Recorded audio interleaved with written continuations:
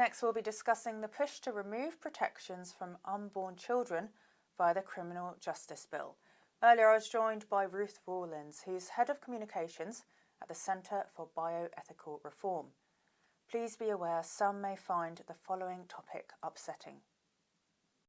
So, hi, Ruth Rawlins from the Centre for Bioethical Reform. Hello. So firstly, tell me about the current laws around abortion in the UK. Okay, so in the UK, basically we have something called the 1861 Offences Against the Person Act, and that basically says that abortion is illegal. So what happened was in 1967, the Abortion Act came and gave exceptions to when abortion can be permitted so that there's no punishment, on the woman or whoever provides the abortion. And those exceptions are things like, risk to the life of the mother. But the clause that most abortions happen under is mental health. And obviously it's supposed to have two doctors to sign off to confirm that there will be a risk of mental health if the woman continues and doesn't abort her baby. However, we know there's so much, pre-signing of forms and mental health. The woman can just say, or the doctor can just say, okay, mental health. So that happens all the time, to the point where most women who've even had an abortion didn't even realise, that there was an Abortion Act and that it's illegal, except. So, yeah, that's something that I think is not very well known.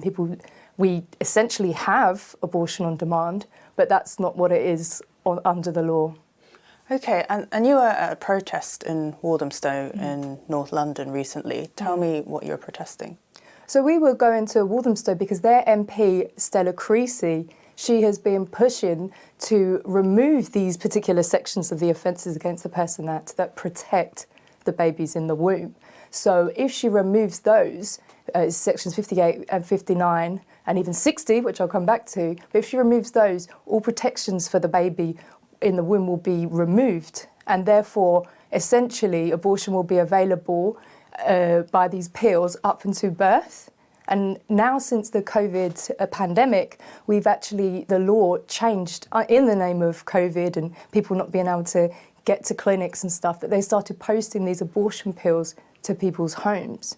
So now that women can get these pills at home, essentially they could take these pills all the way up to birth.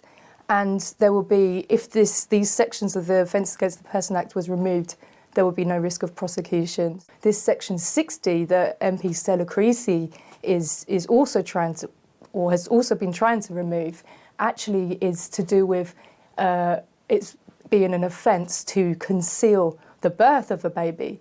So that would mean that a woman could, if this section was removed, kill her baby in her womb right up until birth, during birth, even after birth, and, dispose of the body without risk of prosecution.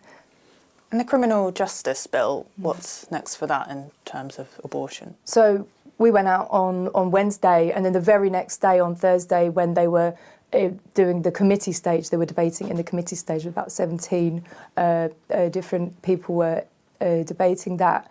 They actually decided to withdraw it.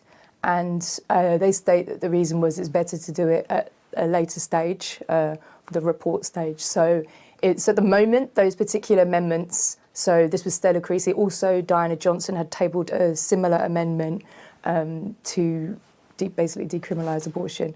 And so they are very likely next month sometime to be re-entering, whether they'll tweak them again back into the Criminal Justice Bill for it to be debated again.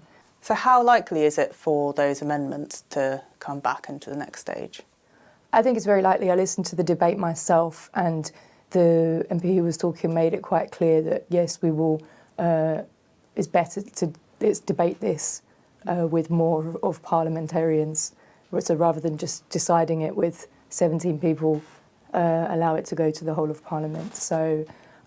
From my understanding, it's very likely that they will be re-entered, potentially tweaked a bit, I'm not sure, but their goal is to, as I said, just make abortion completely legal all the way up to birth without any protections for the baby. And that's why it's so important that we expose what's going on and be a voice for these little babies who are literally being ripped apart limb by limb from their mother's womb or poisoned using pills.